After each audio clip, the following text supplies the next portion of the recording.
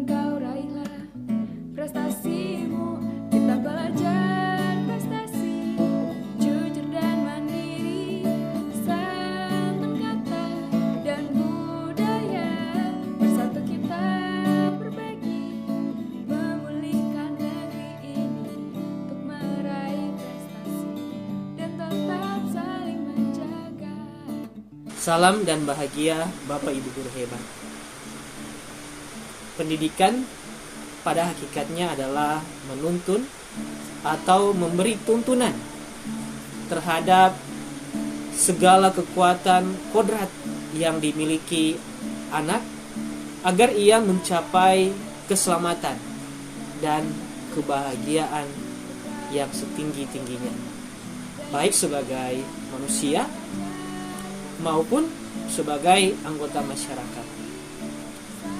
Maksud pendidikan itu adalah menuntun segala kekuatan kodrat yang ada pada anak-anak agar mereka dapat mencapai keselamatan dan kebahagiaan yang setinggi-tingginya, baik sebagai manusia maupun anggota masyarakat.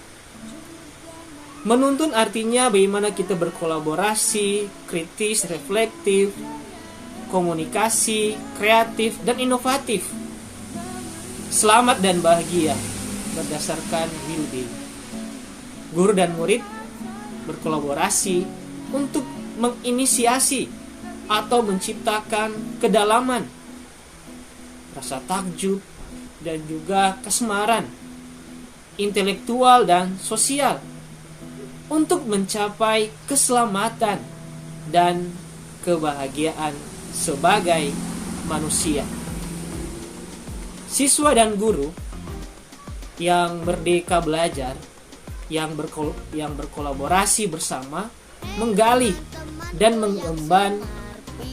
mengembangkan potensi siswa dan mengakomodasi karakteristik masing-masing untuk mewujudkan student well-being. Untuk itu, Bapak Ibu, mari kita bisa menciptakan pembelajaran yang berpusat kepada murid sehingga dapat menciptakan suatu proses yang merdeka, baik sebagai guru maupun sebagai siswa.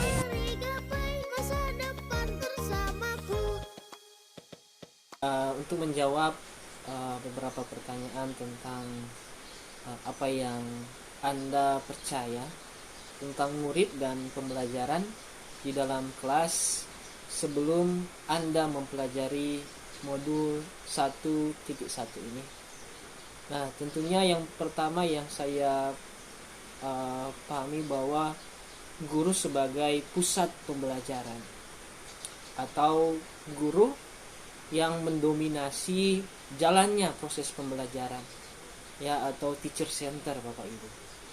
Nah, terus yang saya pahami juga bahwa pembelajaran itu hanya sekedar transfer materi saja. Dan yang ketiga, melihat nilai dari aspek kognitif saja. Yang keempat, ketuntasan materi lebih penting daripada memahami karakteristik murid. Bapak Ibu, yang kelima yang saya pahami bahwa murid hanya sebagai objek pembelajaran saja. Baru sudah itu pembelajaran berhasil jika nilai siswa itu bagus. Nah, saya mengeluh jika nilai murid itu tidak tuntas, ya.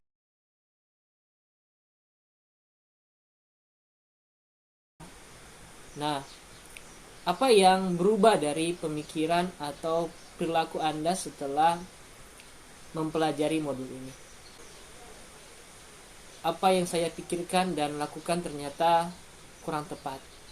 Untuk itu, saya akan melakukan proses pembelajaran secara menyeluruh, baik itu dalam aspek kognitif, spiritual, budaya, sosial, afektif, dan psikomotor. Yang kedua, membimbing murid untuk refleksi pengalaman. pengalaman belajar atau membantu murid dalam mengelola respon dan perasaan untuk menemukan dan menentukan tujuan belajarnya. Nah, yang ketiga, murid sebagai subjek pembelajaran, guru sebagai fasilitator, di mana guru yang menuntun proses pembelajaran sehingga murid bebas untuk berekspresi, untuk mengemukakan pendapat dan berkreasi sesuai dengan kemampuan dari setiap murid yang ada. Yang keempat, guru harus ikhlas, penuh kesabaran dengan segala ketulusan hati. Yang kelima, memahami karakteristik murid, bukan hanya sekedar perilaku mereka, tapi kehidupan mereka setiap hari juga. Memberikan kesempatan kepada murid untuk bertumbuh sesuai dengan kodratnya.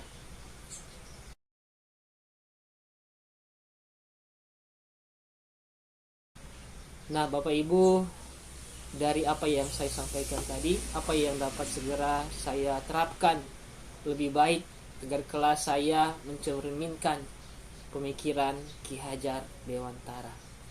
Yang pertama, saya akan merancang dan melaksanakan kegiatan pembelajaran yang menyenangkan dengan melibatkan murid dalam menyusun proses pembelajaran. Baru yang kedua yang akan saya lakukan adalah memetakan murid sesuai dengan gaya belajar, minat, bakat, dan kemampuannya. Yang ketiga yang akan saya coba lakukan adalah menerapkan pembelajaran abad ke-21, kritis, kreatif, komunikatif, dan kolaboratif. Baru yang keempat, Bapak Ibu menuntun anak dalam belajar sesuai dengan kodrat alam dan juga kodrat zamannya. Ya, ini suatu hal yang sangat penting. Yang berikut, yang kelima yang coba saya lakukan yaitu konsisten. Karena kita harus konsisten untuk melakukan pembelajaran yang berpusat kepada murid. Nah, selain itu juga saya akan melakukan pembiasaan positif di lingkungan kelas dan sekolah supaya tercipta suasana belajar yang menyenangkan. Anak-anak bisa berkonsentrasi untuk bisa belajar. Yang ketujuh, menerapkan pembelajaran berbasis kearifan lokal atau konteks sosial budaya, sehingga boleh mengakomodir kebudayaan yang ada di tempat tinggal atau tempat lingkungan sekolah berada. Baru yang kedelapan, menjadi pembelajar sepanjang hayat. Itu yang coba saya dalami, renungi, bahwa saya sebagai seorang guru untuk boleh menjadi guru yang pembelajar sepanjang hayat. Yang terakhir, Bapak Ibu, yang akan coba saya lakukan adalah untuk melakukan asesmen diagnostis awal kepada peserta didik, sehingga bisa memahami setiap potensi dan karakteristik yang ada. Demikian Bapak Ibu yang bisa saya jawab. Terima kasih atas perhatiannya. Semoga video ini bisa membantu Bapak Ibu sekalian. Terima kasih.